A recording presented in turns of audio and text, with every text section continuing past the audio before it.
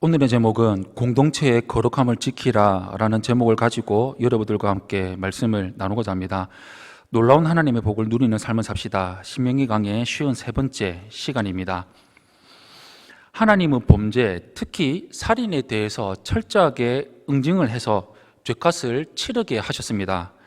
그러나 만약 누가 범인인지를 알 수 없는 경우라면 응징이 불가능하지 않냐고 생각할 수가 있는데, 하나님은 그렇다고 해도 그 죄값은 반드시 치러야 한다고 가르치고 있습니다.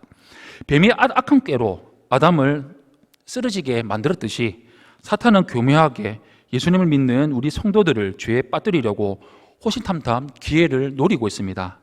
그래서 예수님을 믿는 우리가 거룩함을 지키기 위해서는 끊임없이 영적 싸움을 싸우면서 살아가야 합니다.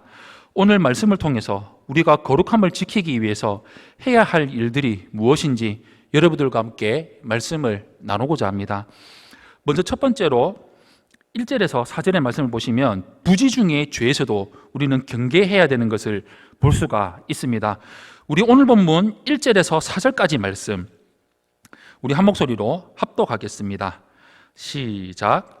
내 하나님 여호와께서 내게 주어 차지하게 하신 땅에서 피살된 시체가 들에 엎드러진 것을 발견하고 그 쳐 죽인 자가 누구인지 알지 못하거든 너희의 장로들과 재판장들은 나가서 그 피살된 곳에 사방에 있는 성읍의 원근을 잴 것이요 그 피살된 곳에서 제일 가까운 성읍의 장로들이 그 성읍에서 아직 부리지 아니하고 멍에를 매지 아니한 암송아지를 취하여 그 성읍의 장로들이 물이 항상 흐르고 갈지도 않고 씨를 뿌린 일도 없는 골짜기로 그 송아지를 끌고 가서 그 골짜기에서 그 송아지의 목을 꺾을 것이요.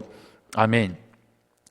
만약에 살인사건이 일어났음에도 불구하고 범인을 잡지 못한다면 그 사건이 일어난 곳에서 가장 가까운 성읍의 사람들이 공동으로 그 죄값을 치러야만 했습니다. 가장 가까운 성읍의 장로들은 아직 부리지도 않고 멍에를 매지 않는 암송아지를 범인을 대신해서 죽여야 했습니다. 정한 짐승인 소를 이렇게 죽이는 것은 이것이 제사가 아니라 살인자를 대신해서 죽이는 의식이기 때문이었습니다. 이처럼 죄에 대해서 하나님은 그냥 넘어가시는 법이 없습니다. 피 흘린 죄의 대가는 반드시 치러야만 합니다. 그런데 왜 아직 부리지 않고 멍에를 매지 않는 암송아지라고 왜 그렇게 정하셨을까요? 이것은 죄가 자라나서 열매를 맺지 못하게 하라는 것이었습니다. 아직 새끼를 낳을 수 없는 어린 송아지를 꺾어서 그 죄가 다른 죄를 갖지 못하도록, 다른 죄를 잉태하지 못하도록 하라는 의미입니다. 물이 흐르고 갈지도 않고 씨를 뿌린 일도 없는 골짜기는 전부 죄가 공동체 속에서 뿌리내리지 못하게 하라는 것이고 열매를 맺지 못하게 하라는 것이고 죄가 들어와서 자리를 잡지 못하도록 하라는 것이고 내가 죄를 짓지 않은 것으로 책임을 끝나는 것이 아니라 그 죄가 그 공동체의 자리를 잡고 뿌리를 내리고 열매를 맺지 못하도록 해야 한다는 것이었습니다. 그런 후에 그 송아지의 목을 꺾으라고 말씀을 하십니다. 여기에서 특별한 단어가 있는데 안수하라는 말이 없습니다. 안수하라는 말씀은 없고 그 송아지의 목을 꺾으라고 했습니다. 송아지의 목을 꺾는 것은 만약 이와 같은 일을 한 사람이 자기들 중에 있다면 이 목이 꺾이는 송아지와 같이 너무나도 단호하게 죽을 것을 나타내는 의미였습니다. 목을 꺾어 죽이는 것은 낙이나 낙타와 같이 부정한 동물을 죽일 때 쓰였던 방식이었습니다. 그만큼 하나님께서는 죄가 공동체에서 자리를 잡고 자라가는 것을 원하지 않으셨다는 것이었습니다. 그래서 목을 꺾는 행동을 통해서 앞으로 이런 일들이 생기지 말아야 한다는 것을 엄하게 마치 그림 언어로 보여주신 것이었습니다. 이때 제사장들은 그 골짜기까지 따라갑니다. 그리고 최종 판결을 내리는 역할을 한다는 것이었습니다. 제사장의 판결이 있은 후에 장로들은 골짜기로 가서 목을 꺾은 암송아지 위에다가 손을 씻었습니다. 왜 안수하지 않고 목을 꺾고 손을 씻으라고 할까요? 안수는 동일시입니다. 안수해버리면 내가 죽였다는 것이 되어버리기 때문에 안수하지 않았습니다. 손을 씻는다는 것은 이 죄가 나와 상관이 없다는 고백이며 선언인 것이었습니다. 이런 명령은 하나님의 백성이 죄에 대해서 철저하게 경계심을 갖고 경각심을 갖고 공동체 안에서 어떠한 죄도 간과하지 말아야 한다는 것을 교훈해 주기 위해서였습니다. 이것은 하나님의 거룩하심에 대해서 철저하게 인식하는 경건한 모습이었습니다. 자기 자녀들이 잔치를 치르는 후에는 혹시 그들의 죄를 지었을까 염려해가지고 명수대로 번제를 드렸던 욥의 경건한 행동 같은 것입니다. 우리는 예수 그리스도의 속죄의 은혜 가운데 우리는 거하며 거룩함을 위해서 항상 깨어 있어야 되는데 우리는 그냥 깨어 있는 것이 아니라 말씀과 기도로 우리는 항상 깨어 있어야 됩니다. 그리고 우리 자신뿐만 아니라 교회 공동체가 우리의 공동체가 온전하게 거룩함을 가지며 유지할 수 있도록 우리가 힘쓰며 서로를 위해서 기도하면서 살아가야 됩니다. 이런 삶을 살아가는 우리 성도님들이 되시기를 축원합니다. 두 번째로 죄의 요소를 반드시 제거를 해야 됩니다. 우리 오늘 본문 5절에서 9절까지 말씀 우리 한 목소리로 합독하겠습니다. 시작. 레위 자손 제사장들도 그리로 갈지니 그들은 내 하나님 여호와께서 택하사 자기를 섬기게 하시며 또 여호와의 이름으로 축복하게 하신 자라. 모든 소송과 모든 투쟁이 그들의 말대로 판결될 것이니라. 그 피살된 곳에서 제일 가까운 성읍의 모든 장로들은 그 골짜기에서 목을 꺾은 암송아지 위에 손을 씻으며 말하기를 우리의 손이 이 피를 흘리지 아니하였고 우리의 눈이 이것을 보지도 못하였나이다. 여호와여, 주께서 속량하신 주의 백성 이스라엘을 사하시고 무죄한 피를 주의 백성 이스라엘 중에 머물러 두지 마옵소서 하면 그 피 흘린 자가 죄 사함을 받으리니 너는 이와 같이 여호와께서 보시기에 정직한 일을 행하여 무죄한 자의 피 흘린 죄를 너희 중에서 제할지니라. 아멘. 살인 사건이 일어난 곳에서 가장 가까운 성읍 사람들은 사실 아무런 죄가 없었습니다. 하지만 하나님은 그럼에도 불구하고 살인에 의해서 죄책이 그들에게 있는 것처럼 취급을 하시는 것을 우리는 말씀을 통해서 볼 수가 있습니다. 그 성읍의 장로는 제사장들을 데려와서 자기들의 죄가 아님을 확인받고 죄 사함을 받아야 했습니다. 장로들은 목을 꺾어 죽인 암송아지 위에 손을 씻으면서 자기들은 이 사건을 저지르지도 목격하지도 못했다고 고백하면서 피 흘린 죄를 용서해달라고 하나님 앞에 기도해야 했습니다. 제사장 앞에서 이렇게 기도하면 제사장은 하나님을 대신해서 그 죄가 사해졌다고 선포했습니다. 범인을 잡을 수 없다고 해서 죄가 없어지는 것은 아닙니다. 이렇게 해야 되는 이유가 있습니다. 하나님이 이스라엘에게 주셔서 살도록 하신 땅에서 살인이 일어났을 경우에 살인을 한 사람을 죽여서 더럽힌 죄를 사함을 받아야만 했었습니다. 신명기 35장 16절에서 21절에 이렇게 나와 있습니다. 우리 한 목소리로 합독하겠습니다. 시작. 만일 철연장으로 사람을 쳐 죽이면 그리는 살인자니 그 살인자를 반드시 죽일 것이요 만일 사람을 죽일 만한 돌을 손에 들고 사람을 쳐 죽이면 이는 살인한 자니 그 살인한 자는 반드시 죽일 것이요 만일 사람을 죽일 만한 나무 연장을 손에 들고 사람을 쳐 죽이면 그는 살인한 자니 그 살인한 자는 반드시 죽일 것이니라. 피를 보복하는 자는 그 살인한 자를 자신이 죽일 것이니 그를 만나면 죽일 것이요 만일 미워하는 까닭에 밀쳐 죽이거나 기회를 엿보아 무엇을 던져 죽이거나 악의를 가지고 손으로 쳐 죽이면 그 친자는 반드시 죽일 것이니 이는 살인하였음이니라. 피를 보복하는 자는 살인자를 만나면 죽일 것이니라. 아멘. 하나님의 법을 어겨서 이스라엘 공동체를 죄로 오염을 시킨 범죄자는 아까 우리가 읽었던 말씀처럼 반드시 죽임을 당하고 죽여야 했습니다. 죄가 있는 곳에는 거룩하신 하나님이 계실 수 없기 때문이었습니다.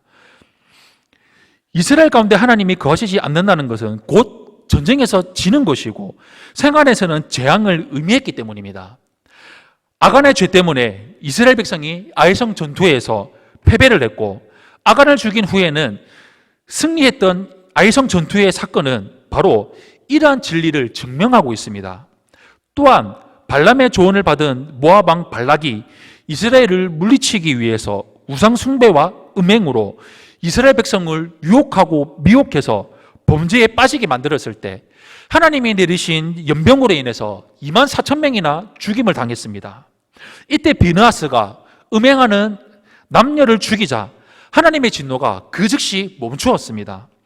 사사시대에 베냐민 지파의 땅에서 베냐민 지파 사람들이 레위인의 첩을 강간하고 살인했던 사건은 범죄자를 처벌하지 않으면 공동체가 그 죄에 동참하는 것이고 그 책임도 져야 된다는 것을 교훈하고 있습니다.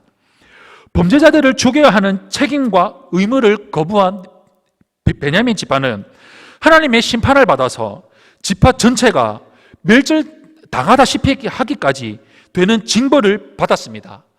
이런 역사는 성도와 교회가 범죄의 요소를 철저하게 제거해서 거룩함을 유지해야 되고, 만일 그렇지 못한다면 하나님의 진노로 심판받게 된다는 것을 보여주고 있습니다. 그러기 위해서 예수님의 속죄의 은혜 가운데 우리는 거하면서 거룩함을 위해서 우리는 항상 기도로 깨어 있어야 됩니다.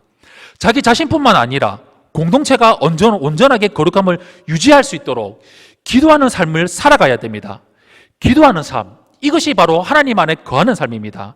주님 안에 거하는 삶을 살아가는 우리 세정왕교회 성도님들이 되시기를 축원합니다. 마지막 세 번째로 우리는 인권을 존중을 해야 됩니다.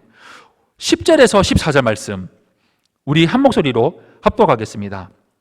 시작.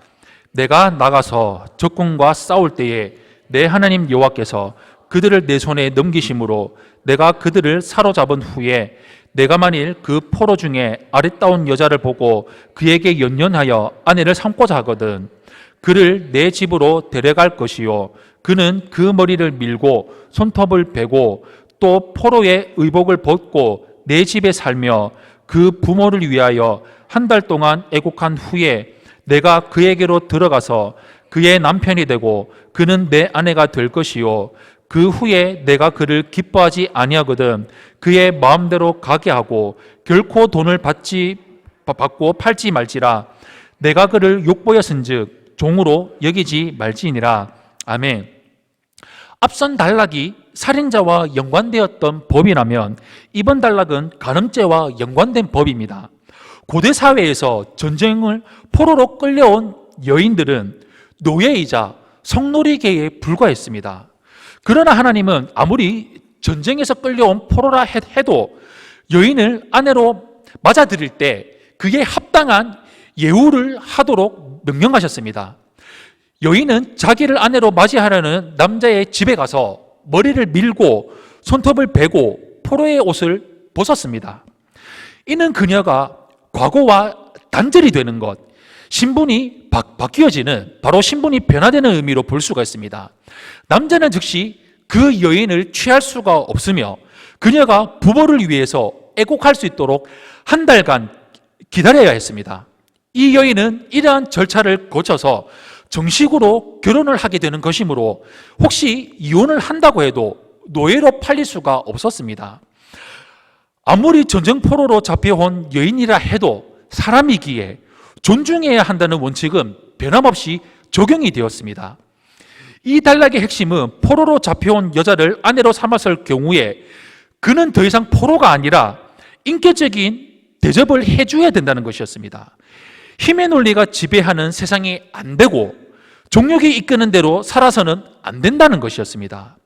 이 부분을 우리가 주일 말씀을 통해서 적용을 해본다면 이스라엘 백성들은 너무나 화려한 삶을 살고 싶었고, 더 높아지고 싶었고, 더 갖고 싶었고, 더 누리고 싶었고, 꽃을 피우려고 하는 인생을 살았다고 볼 수가 있습니다. 그들이 살고 있었던 주위의 문화와 관습들이 모두 자기가 원하는 대로, 자기가 하고 싶은 대로, 자기가 자기를 높이는 대로, 자기가 하고 싶은 대로, 정욕에 이끌린 대로 살았습니다. 하나님이 바라시는 것이 무엇입니까? 바로 이런 삶을 살지 말라는 것이었습니다. 너희들은 열매를 맺는 삶을 살아라고 말씀을 하셨습니다.